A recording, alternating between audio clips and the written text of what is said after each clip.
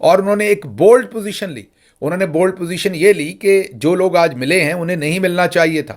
جیسے بہنوں نے اپنی بہن کو چھوڑ کے اکیلے ملنے سے انکار کیا اور اصول کے اوپر کھڑی رہیں, بالکل اسی طریقے سے پارٹی کے حکام کو بھی کرنا چاہیے تھا. ورنہ سلمان اکرم راجہ صاحب کی پوزیشن یہ ہے کہ ہم جو ظاہر ہے ملٹری جنرلز, انہوں نے تو نام نہیں لیا, میں لے دیتا ہوں, وہ پاکستان میں ظاہر ہے اس لیے نہیں لیا. ملٹری جنرلز کے ہاتھوں میں کھیلیں گے اور وہ جس کو ملوانا چاہیں گے ملوائیں گے, جس کو نہیں ملوانا چاہیں گے اس کو نہیں ملوائیں گے, اور پارٹی کے اندر مزید ایک ایسا ماحول کریٹ کریں گے کہ جیسے کہ انتشاری کیفیت ہو. اس کے بعد سلمان اکرم راجہ صاحب نے خیبر پختونخوا ہاؤس جو ہے KPK ہاؤس, وہاں سے ایک پریس کانفرنس بھی کی. دھواں دھار پریس کانفرنس تھی جس میں سلمان اکرم راجہ صاحب نے یہ کہا کہ آپ کو اگر میرے پر یہ غصہ ہے کہ میں نے جو مردان میں ڈرون حملے ہوئے ان میں نے واضح پوزیشن لی, بیرسٹر سیف کے بیان سے اپنے آپ کو الگ کیا, پارٹی کو الگ کیا, اور کہا کہ وہاں سے جو اطلاعات آ رہی ہیں کہ معصوم لوگ اس میں مارے گئے ہیں, جاں بحق ہوئے ہیں, شہید ہوئے ہیں, ان کی تحقیقات ہونی چاہیے. اگر آپ کو اس پر مجھ پر غصہ ہے تو رکھیں. انہوں نے کہا کہ اگر آپ کو اس پر غصہ ہے کہ میں نے کہا کہ احمد نورانی کی بھائیوں کو ان کے بغیر کسی قصور کے آپ نے اغوا کر رکھا ہے اور ان کی ماں بلکتی پھر رہی ہے اور یہ ملک اس طرح سے نہیں چل سکتا. انہوں نے کہا اگر آپ کو میری اس بات پر بھی غصہ ہے اور اس وجہ سے آپ میری ملاقاتوں کو روکنا چاہتے ہیں تو 100 بار روکیں, میں اپنی سٹان سے پیچھے نہیں ہٹوں گا. یہ اصولی موقف ہے, اور اس کے لیے اگر آپ مجھے سنگل آؤٹ کرنا چاہتے ہیں اور عمران خان سے ملاقاتوں سے روکنا چاہتے ہیں تو یہ مت سوچئے گا کہ میں اپنا سٹانس چینج کر لوں گا, میں اپنے سٹانس پر رہوں گا. ظاہر ہے پارٹی کے دوسرے اکابرین بھی ساتھ بیٹھے ہوئے تھے, نام تو انہوں نے کسی کا نہیں لیا, لیکن کڑی تنقید انہوں نے نام لیے بغیر جو ہے وہ سب پر کی جو آج ملے, بغیر نام شامل ہوئے ملے, اور انہوں نے اس پر اپنے بھرپور غم و غصے کا اظہار بھی کیا اور یہ بھی کہا کہ اس پر بھرپور ایکشن لیا جائے گا. بہرحال یہ سارا دن آج وہاں پر ڈرامہ, میں اس لیے کہوں گا کہ یہ اس طرف سے ڈرامہ ہے, دوسری طرف سے یہ چلتا رہا, اور اس چیز کو ہر ممکن طریقے سے اس چیز کو کامیاب بنانے کی کوشش کی کہ عمران خان کے سامنے وہ پکچر پینٹ کریں جو ان کا دل ہے. میں آپ کو بار بار کہتا رہتا ہوں کہ یہ جو سوشل میڈیا اور میری آوازیں بند کروانے کی بہت بڑی دھمکیاں آج کل دی جاتی ہیں اور ہمیں کہا جاتا ہے کہ آپ کو پارٹی سے لا تعلق کروا دیں گے, یہ بھی یہی وجہ ہے کہ انہیں اس بات کا مکمل یقین ہے کہ اندر جا کے عمران خان صاحب کو کہیں گے کہ باہر شہباز گل نے نیوکلیئر بم کا کوڈ دے دیا ہے, یا باہر شہباز گل نے آپ ہی کے خلاف سٹیٹمنٹ دے دی ہے, یا باہر سوشل میڈیا والوں نے آپ کے خلاف ایک محاذ کھڑا کر دیا ہے, یا پارٹی کو نقصان دے دیا ہے, یا فلاں چیز کے اوپر پارٹی کی پالیسی کی بہت بڑی کوئی خلاف ورزی کر دی ہے. اب آپ سوچیں اگر عمران خان صاحب کو اندر جا کر یہ کہا جائے کہ شہباز گل نے پارٹی پالیسی کی بہت بڑی دھجیاں اڑا دی ہیں تو وہ کیا کہیں گے اندر سے؟ وہ کہیں گے ہاں اسے نکالو پارٹی سے, پاگل ہو گیا وہ. کسی بھی بندے کے بارے میں یہی کہیں گے ظاہر ہے, اور باہر آ کے ان فیصلوں کو پھر امپلیمنٹ کیا جائے گا اور کہا جائے گا کہ یہ سوشل میڈیا والے, یہ شہباز گل, یہ فلاں کوئی بھی, سلمان اکرم راجہ کوئی بھی, جو ان کو اب عمران خان صاحب کا اعتماد حاصل نہیں ہے.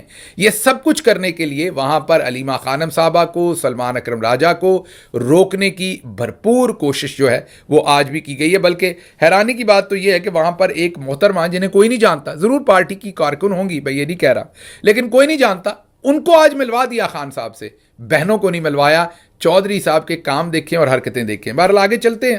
اگلی خبر بھی بہت ہی امپورٹنٹ ہے جو آپ کے سامنے رکھنی ہے. وہ آج آرمی چیف نے خطاب کیا ہے, کوئی مائننگ معدنیات سے ریلیٹڈ آج ایک کنونشن ہوا, ایک کانفرنس ہوئی اسلام آباد میں, جس میں آرمی چیف کھڑے تھے. ان کی ایک طرف جناب فارم 47 کے وزیر اعظم شہباز شریف کھڑے تھے, کوٹ پہنا ہوا تھا, انہوں نے بٹن بہت ہی سختی سے بند کیے ہوئے تھے, لگ رہا تھا کہ انہیں بہت سردی لگ رہی ہے یا کوئی انہیں اور خطرہ ہے. بہرحال بڑے کس کے بٹن انہوں نے باندھے ہوئے تھے. ان کی دوسری طرف لال سوہے جوڑے میں, جی ہاں بالکل, مجھے نہیں پتا یہ اسے کون سے والا ریڈ کہیں گے, میں اتنا زیادہ مرد ویسے بھی تھوڑے اکثر سب کو تو نہیں کہہ سکتا, کلر بلائنڈ ہوتے ہیں, میں کچھ اتنا ایکسپرٹ نہیں ہوں. بہرحال بہت ہی لال جوڑا تھا. عمومی طور پر شادیوں پر دلہنیں ایسا جوڑا پہنتی ہیں, میری باجی نے ویسا ہی جوڑا زیب تن کیا ہوا تھا, بالکل سرخ, اور بہت ہی تھوڑی اینکشیس تھیں وہ. اب اینکشیس میں کیوں کہہ رہا ہوں, لائک اپنی تمام باڈی لینگویج میں بہت اینکشیس تھیں. بہرحال وہاں پر بلوچستان کے چیف منسٹر بھی کھڑے تھے تو اور سندھ کے چیف منسٹر بھی کھڑے تھے. ہاں خیبر پختونخوا کے چیف منسٹر وہاں نہیں تھے تو آرمی چیف درمیان میں کھڑے تھے. آرمی چیف ہی روئے رواں تھے. آرمی چیف کے اس طرف وزیر اعظم ملک کا اور اس طرف سندھ کے وزیر اعلیٰ کھڑے تھے. درمیان میں آرمی چیف کھڑے تھے. ایک طرف باجی لال سرخ کلر کا لباس پہن کے کھڑی تھیں اور ان کی دوسری طرف جو ہے وہ بلوچستان کے وزیر اعلیٰ کھڑے تھے. تو آج اس بات کا بھی مکمل اہتمام اور اظہار کیا گیا کہ مین شخصیت یہاں پر آرمی چیف ہیں. ویسے یہ تو پہلے بھی سب کو پتا ہے لیکن آج تصویر میں بھی پراپر اس کی ڈپکشن کی گئی. بہرحال آج انہوں نے وہاں تقریر کی. تقریر میں انہوں نے کہا کہ مجھے پختہ یقین ہے کہ پاکستان عالمی معدنی معیشت میں ایک رہنما کے طور پر ابھرنے کے لیے تیار ہے. یہ آرمی چیف نے کہا. اب میں ہاتھ جوڑ کر ود آل ڈیو رسپیکٹ کچھ عرض کروں گا, اگر جناب غصہ نہ کر لیں. سر سیکیورٹی کی جو صورتحال اور رینکنگ ہے ہم نیچے سے تیسرے نمبر پر ہیں. پاسپورٹ کی رینکنگ ہے, دہشت گردی کی رینکنگ میں ہم پوری دنیا میں دوسرے نمبر پر ہیں. اور یہ سب کچھ تو ہمیں نہیں بتا رہی کہ ہم لیڈ کریں گے اور ایک رہنما کے طور پر ابھریں گے. معاملات کچھ اور ہی ہیں. اس سے پہلے جناب نے SIFC بھی لانچ کی تھی, تب بھی ایسی باتیں کی تھیں. گستاخی معاف, اس کا بھی کچھ پتہ نہیں چلا, اس کا بھی اعادہ کرتے ہیں. ہم بین الاقوامی اداروں کو خوش آمدید کہتے ہیں کہ وہ اپنی مہارت سے پاکستان کو روشناس کرائیں. آرمی چیف مطلب SIFC کے 2 سال بعد بھی ابھی ویلکم ہی کر رہے ہیں ہم. تعریفی سیشن ہی چل رہا ہے, معاملہ کوئی آگے نہیں بڑھا. سرمایہ کاری کے مواقع تلاش کریں اور وسائل کی وسیع صلاحیت کی ترقی میں ہمارے ساتھ شراکت داری کریں. یہ آرمی چیف نے کہا. سرمایہ کاری کے مواقع کی تلاش تو کرنی چاہیے لیکن پچھلے 50 سال کی تاریخ میں سب سے کم سرمایہ کاری پچھلے سال ہوئی ہے. میں نہیں کہہ رہا, شہباز رانا صاحب کی یہ رپورٹ تھی کہ 50 سال کا ریکارڈ ٹوٹا ہے. بیرونی سرمایہ کاری سب سے کم ہوئی ہے پچھلے 50 سال میں. مسئلہ کچھ اور ہے اور مسئلہ آپ کو بھی سمجھنا پڑے گا آرمی چیف صاحب. مسئلہ عدم استحکام کا ہے, مسئلہ رول آف لا کا ہے. تو سرمایہ کاری ایسی کسی جگہ پہ نہیں آتی جہاں عدم استحکام ہو, پولیٹیکل انسٹیبلٹی ہو, اور ہمارے ہاں تو سیکیورٹی کی انسٹیبلٹی بھی ہے, دہشت گردی ہے, لا اینڈ آرڈر کا مسئلہ ہے.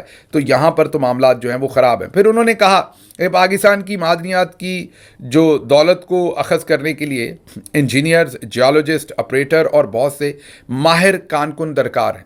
آرمی چیف صاحب بالکل درکار ہیں لیکن اس کے لیے ہمیں کسی کی طرف تو دیکھنے کی ضرورت نہیں ہے. ہمارے پاس 15 کروڑ نوجوان ہیں, 60% آبادی نوجوانوں کی ہے. اور کل کی خبر یہ تھی کہ Islamic international university, federal Urdu university اور قائد اعظم یونیورسٹی, ان تمام یونیورسٹیز کے پاس فنڈز نہیں ہیں اور یہ شدید مالی مشکلات کا شکار ہیں. تو ہم نے کیا, ہماری تو ساری یوتھ جو ہے وہ ڈنکی لگا کر کشتیوں میں سمندروں میں ڈوبتی ہوئی ملک سے باہر جا رہی ہے, برین ڈرین ہو رہا ہے. تو یہ جو 15 کروڑ نوجوان ہیں ان کے ہوتے ہوئے آپ نے کہیں باہر دیکھنا ہے یہ ٹیلنٹ انجینئرز کا اور کانکنی کے لوگوں کا اور سب کا؟ یہ تو ہمیں یہیں ٹرین کر لینے چاہیے تھے. اور جب سے آپ نے SIFC اناؤنس کی ہے تب سے تو یہ سب کچھ شروع ہو جانا چاہیے تھا. 2 سال ہو گئے اب تو اس بات کو, لیکن وہ سب کچھ نہیں ہوا. آپ آج بھی کہہ رہے ہیں کہ ہمیں باہر کی طرف دیکھنا ہے ان لوگوں کو لانے کے لیے, اور ہمارے لوگ شاید ایسے ہی اپنی جان پر کھیل کے ڈنکیاں لگا کر روزگار کی تلاش کے لیے باہر جائیں گے. پھر آپ نے ایک بڑا اعلان کیا. آپ نے کہا اس وقت بلوچستان کے 27 طلباء, جی ہاں پورے 27 طلباء, زیمبیا اور ارجنٹینا میں منرل ایکسپلوریشن میں تربیت حاصل کر رہے ہیں. ماشاءاللہ بہت بڑا نمبر دیا سر آپ نے. 60% آبادی جو ہے وہ نوجوانوں کی ہے. اس 60% میں سے تقریباً آپ یہ کہہ لیں کہ 15 کروڑ بنتے ہیں پاکستان کی پوری آبادی میں. صرف 27 لوگ, سر نمبر کچھ زیادہ بڑا نہیں دے دیا؟ 27 لوگ کانکنی کی سر تربیت لے رہے ہیں اور واپس آئیں گے تو پاکستان کو تو یہ بدل ڈالیں گے. نمبر بہت بڑا ہے سر, ذرا تھوڑا سا غور کر لیں دوبارہ. صرف 27 لوگ. بہرحال آپ کی مرضی ہے, آپ ان 27 کے ساتھ بھی کیا کروا دیں. پھر کہا کہ اقتصادی سلامتی قومی سلامتی کے ایک اہم جز کے طور پر ابھری ہے. سر 2021 کی رجیم چینج کے بعد معاشی انڈیکیٹر گواہی دے رہے ہیں کہ اقتصادی اور قومی سلامتی دونوں بدترین سطح پر ہیں. آپ کو سوچنا پڑنا ہے کہ پھر کیا غلط کیا گیا. پاک فوج اپنے شراکت داروں اور سرمایہ کاروں کے مفادات اور اعتماد کے تحفظ کے لیے ایک مضبوط سیکیورٹی فریم ورک اور فعال اقدامات کو یقینی بنائے گی. سر یہ پاک فوج کہیں اور سے آئی ہوئی ہے؟ تو یہاں پر پاک فوج کہنے کی بجائے آپ کہتے کہ پاکستان یہ کرے گا، لیکن کیا اب آپ صرف ادارے کو ریپرزینٹ کر رہے ہیں، پاکستان کو نہیں کر رہے؟ سر یہ سمجھ نہیں آئی۔ پاکستان میں اپ سٹریم اور ڈاؤن سٹریم معدنی صنعتوں کی ترقی کو بھی یقینی بنایا جائے گا۔ سر یہ جو ترقی کو اور سیکیورٹی کو یقینی بنانا ہے، معذرت کے ساتھ چینی حکومت نے پاکستان میں کام کرنے کے لیے شرط رکھی تھی کہ وہ اپنی سیکیورٹی کا بندوبست خود کریں گے۔ آپ خود سوچ لیں کہ یہ دوسرے لوگوں کو کیا اس خبر کا نہیں پتا؟ پھر 2022 سے 2025 تک لارج سکیل مینوفیکچرنگ یا کوئی ایک صنعت جس نے ترقی کی ہو، آپ بتا دیجئے۔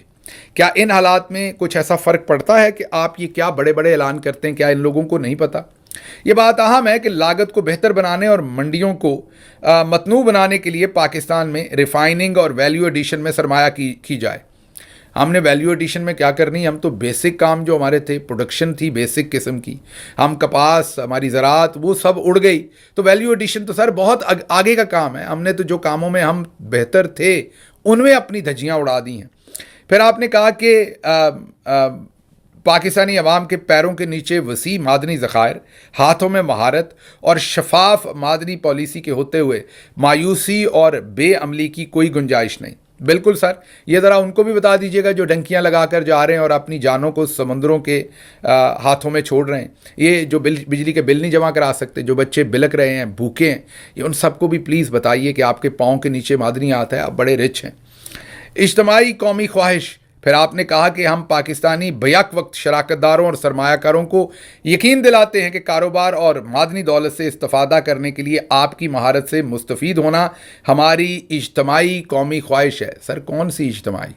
17 سیٹوں والوں کی یا 180 سیٹوں والوں کی؟ سر 90% ووٹ قوم نے جن کو دیا وہ اجتماعی سوچ تھی۔ اس اجتماعی سوچ کو تو آپ نے فارم 47 میں دفن کر دیا، الیکشن لوٹ لیا، عدلیہ لوٹ لی، سب کچھ آپ نے چینج کر دیا۔ اب یہ اجتماعی خواہش تو میرا نہیں خیال کہ یہ کوئی نظر آ رہی ہے۔ پھر آپ نے کہا آپ پاکستان پر پر اعتماد پارٹنر کے طور پر بھروسہ کر سکتے ہیں۔ میں بلوچ قبائلی عمائدین کی کاوشوں کا بھی معترف ہوں، جنہوں نے کان کنی کے کاموں کو فروغ دینے اور بلوچستان کی ترقی اور پیش رفت میں اہم کردار ادا کیا ہے۔ سر بلوچستان میں شاہراہیں بند ہیں، انہی قبائلی عمائدین کے ساتھ بات چیت کر کے ان کو تو پہلے کھلوا لیں، معدنیات اور دوسرے معاملات بعد میں دیکھ لیں گے۔ ابھی تو وہاں 450 پیسنجر والی ٹرین جو ہائی جیک ہوئی تھی اس کا نہیں پتہ چلا کہ کس کی غلطی سے سب کچھ ہوا ہے۔ اب ہمیں سمجھ نہیں آ رہی کہ کیا یہ لوگ کسی اور سیارے سے آئے ہیں، انہیں ان سب خبروں کا نہیں پتہ، انہیں ادراک نہیں ہے کہ پاکستان میں پچھلے چند مہینوں میں کیا ہوا ہے۔ مل کر کام کرنے سے پاکستان کا معدنی شعبہ اجتماعی فائدے کے لیے علاقائی ترقی، خوشحالی اور پائیداری کو فروغ دے سکتا ہے۔ آرمی چیف سر مل کر کام کرنے، عوامی رائے کے احترام، عوام کی نمائندہ حکومت، رول آف لا، آئین کی بالادستی، سر یہ چیزیں آپ ہی کہہ رہے ہیں لیکن آپ کرتے الٹ ہیں اس سے۔ آپ باقی سب کو کہہ رہے ہیں کہ مل کے کام کریں گے، لیکن آپ مل کے کام نہیں کرنا چاہتے، اور وہ بھی پاکستان کی عوام کے ساتھ جن کو انہوں نے 90% مینڈیٹ دیا، حضور والا آپ نے اس کا احترام نہیں کیا، تو پھر مل کر کام کیسے ہوگا؟ اچھا جی، پھر آپ نے کہا دنیا کا کوئی ایک ملک بتا دیں جہاں میں کہہ رہا ہوں، آپ نے نہیں کہا، دنیا کا کوئی ایک ملک بتا دیں جہاں رول آف لا ہو اور اس نے ترقی نہ کی ہو، جیسے عمران خان نے کہا تھا۔ ہم نے یہاں رول آف لا کی ہی تباہی کر دی۔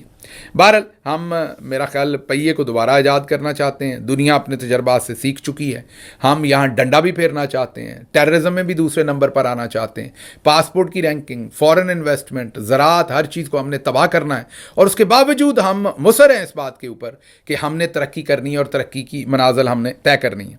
اچھا، اس میں میں کچھ چیزیں اور بھی آپ کے سامنے رکھ دوں جو امپورٹنٹ ہے، اور وہ جو SIFC کے ساتھ ہوا ہے وہ آپ کے سامنے رکھنا بہت ضروری ہے۔ آپ کو پتا ہے کہ 2 سال قبل جون 2023 میں SIFC کا باقاعدہ اعلان اور نوٹیفیکیشن جاری کیا گیا۔ کہا گیا یہ ایک دائمی پرماننٹ قانونی حیثیت رکھنے والی باڈی ہے۔ کہا گیا کہ قیام سپہ سالار کے مشورے اور قیادت میں ہوا، مطلب آرمی چیف نے کیا۔ SIFC کی ترجیحی شعبہ جات کی جو لسٹ ہے اس میں زراعت، معدنیات، IT سیکٹر اور دفاعی پیداوار ہے۔ پھر اس میں ہم نے دیکھا بیرونی سرمایہ کاری کے ذریعے اعلان ہونے والے جو منصوبہ جات آپ نے بتایا، آپ نے کہا سعودی عرب سے $10 بلین کی آئل ریفائنری آئے گی۔ قطر اور UAE کی سرمایہ کاری کی خواہش آپ نے بتایا کہ وہ سرمایہ کاری یہاں کرنا چاہتے ہیں۔ کراچی پورٹ ایگریمنٹ جو ہے اس کو آپ نے کہا کہ اس کو درست کرنا ہے۔ پھر آپ نے کہا کہ اور اس میں سے سرمایہ کاری آنی ہے۔ پھر آپ نے کہا کہ روس سے ہم نے یوان میں